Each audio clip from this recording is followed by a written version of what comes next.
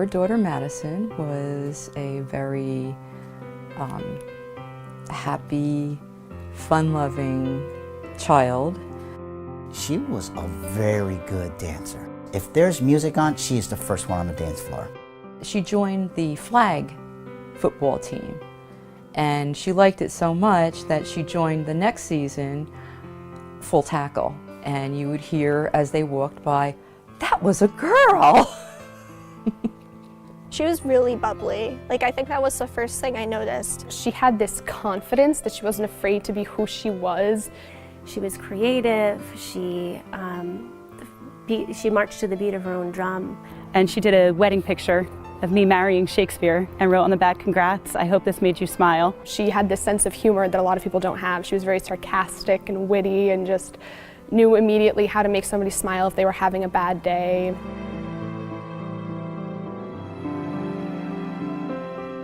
She cared immensely for the friends that she had. To have someone like that in my life at the time that I did, I told her about some of my problems when I was a kid. Didn't change the way she looked at me at all. In fact, she may have loved me more. She really cared about everyone. She would try to make you feel good. I think that made herself feel better. And she was never focused on herself. She was always concerned with what was going on around her, making other people happy. And she would come up to you and be like, "You look sad. Can I hug you?" Yes, you can. She just could sense other people's how you felt. But as she got into high school, she made a ton of friends. She was so happy and likable that she had no problem, but I don't think she could see it.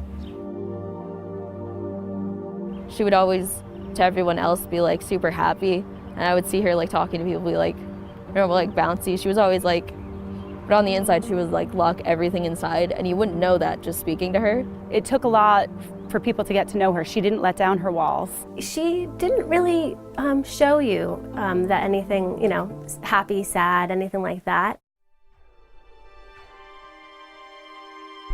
Madison had confided in me. She said, if I didn't know any better, I would think that one of the girls in my group is actually trying to push me out. And she spent the entire summer by herself. And I think that's the scariest thing about this whole situation, is how a person can feel so alone, but actually isn't. She began losing her confidence in herself and her belief in who she was and, as a human being. She was pulling away from us, and she became more irritable. Her dog means a lot to her. But at the end, she said, oh, you could take him, it doesn't matter. She did give some glimpses, but I don't think anyone really knew the full extent of what was going on and how bad it had been.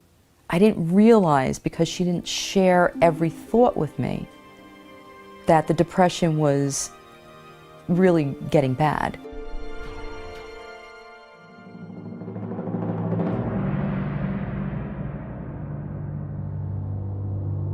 One day you're standing, everything's fine, and the ground opens up and swallows you in. It's a very dark hole, and it's suffocating. It's hard to breathe. Most days it's hard to get up. I just felt really sad.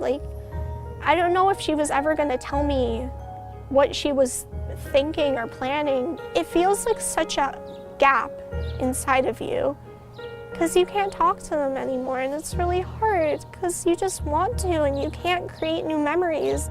My life will never be the same. I had no idea how much of an impact she had on me up until the point where she wasn't here anymore. It still feels like it's not real, and you still feel like you're gonna see her in the hallway. It's so hard to think that that smile is gone from this world. It just doesn't make sense. She didn't fit into that category of what a suicidal person should fit into. I had so many hopes and dreams for her.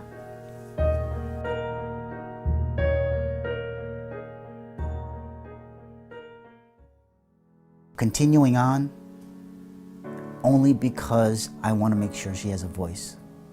I want to make sure that Madison shines her ray of light and provide hope to those that are in darkness. There's a moment and there's an emotion that's dark and strong, and it can feel bigger than you. We need to go to people when we need help, when we feel this darkness and this alone.